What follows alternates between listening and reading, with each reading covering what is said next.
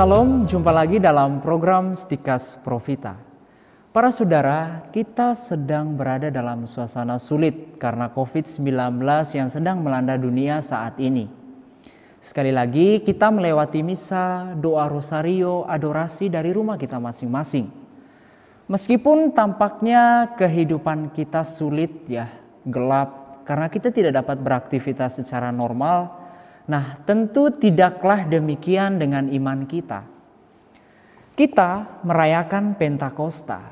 Sebagai orang Katolik, kita pasti pernah mendengar istilah Pentakosta atau kadang-kadang disebut juga Pentekosta.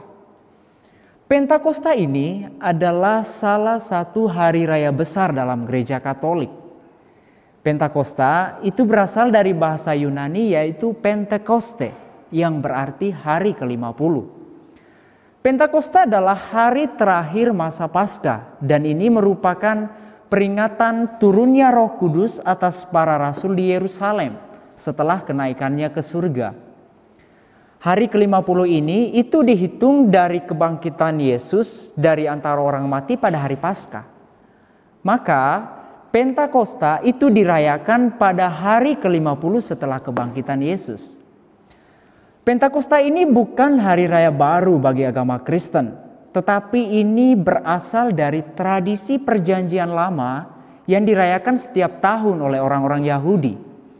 Jadi bangsa Yahudi juga merayakan Pentakosta.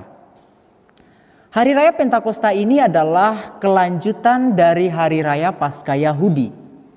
Ya, kita tahu bahwa Paskah Yahudi itu merupakan hari raya bebasnya bangsa Israel dari Mesir. Lalu mereka menyeberangi Laut Merah, kemudian mereka mengembara di padang gurun. Nah, di Gunung Sinai itu sebagaimana diceritakan dalam kitab Keluaran, Musa mendaki Gunung Sinai dan di sana ia berjumpa dengan Tuhan. Bukan hanya itu, Musa juga menerima 10 perintah Tuhan yang ditulis dalam 2 kepingan batu. Ya, bandingkan Keluaran bab 20 ayat 1 sampai 17. Tuhan memberikan hukumnya kepada Israel dan di Gunung Sinai. Jadi Tuhan memperbaharui kembali janji yang telah diucapkannya kepada Abraham. Nah, dengan diterimanya 10 hak hukum Allah ini, bangsa Israel kini bukanlah lagi bangsa pengembara yang tidak mempunyai hukum.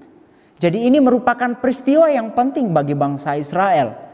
Jadi meskipun dalam perjalanan sejarahnya mereka seringkali melanggar perintah hukum ini. Nah, Pentakosta bagi bangsa Israel itu adalah peringatan penerimaan hukum Tuhan ini di Sinai. Nah, dalam sejarah ternyata bangsa Israel seringkali menyimpang dari perjanjian Sinai. Lalu para nabi bernubuat suatu perjanjian baru. Yeremia bernubuat demikian. Aku akan menaruh Tauratku ke dalam batin mereka dan menuliskannya ke dalam hati mereka. Bandingkan Yeremia bab 31 ayat 31 sampai 33. Dalam umat perjanjian baru, Roh Allah sendiri yang akan menuliskan hukumnya itu bukan lagi dalam kepingan-kepingan batu, melainkan dalam hati manusia.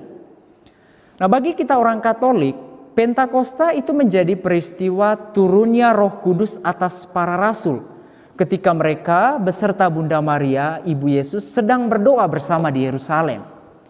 Jadi cerita ini itu menjadi pembuka dalam Kisah Para Rasul bab 2 ayat 1 sampai 13. Ya, sebagaimana digambarkan dalam kisah ini, ketika para murid itu sedang berkumpul dan berdoa, tiba-tiba turunlah dari langit suatu bunyi seperti tiupan angin keras yang memenuhi seluruh rumah di mana mereka duduk. Dan tampaklah kepada mereka lidah-lidah seperti nyala api yang bertebaran dan hinggap pada mereka masing-masing dan penuhlah mereka dengan Roh Kudus. Itu ada dalam ayat 2 sampai 4. Jadi ini yang dilukiskan oleh Lukas.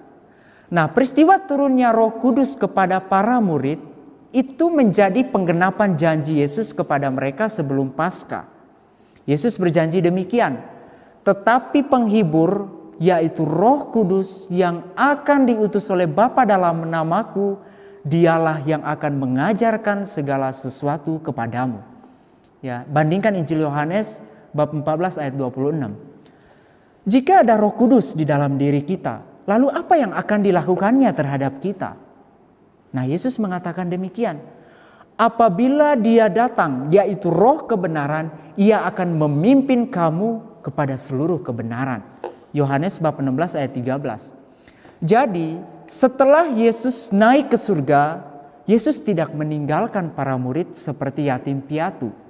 Ada roh penghibur yang menemani para murid, juga dalam masa-masa sulit kehidupan mereka. Nah, Roh Kudus inilah yang memperkuat mereka di dalam tugas perutusan mereka. Nah, saudara yang terkasih, ketika dunia kita juga dilanda rasa takut karena pandemi corona, mari kita mohon supaya Roh Kudus masuk ke dalam hati kita yang memperkuat iman dan rohani kita, supaya kita tetap setia berada dalam jalan yang benar yang dikehendaki Tuhan. Dan dengan kuasa Roh Kudus yang sama, kita juga mau sungguh-sungguh bertobat dan mengandalkan Tuhan di dalam kehidupan kita. Tuhan memberkati kita semua. Salam Profita.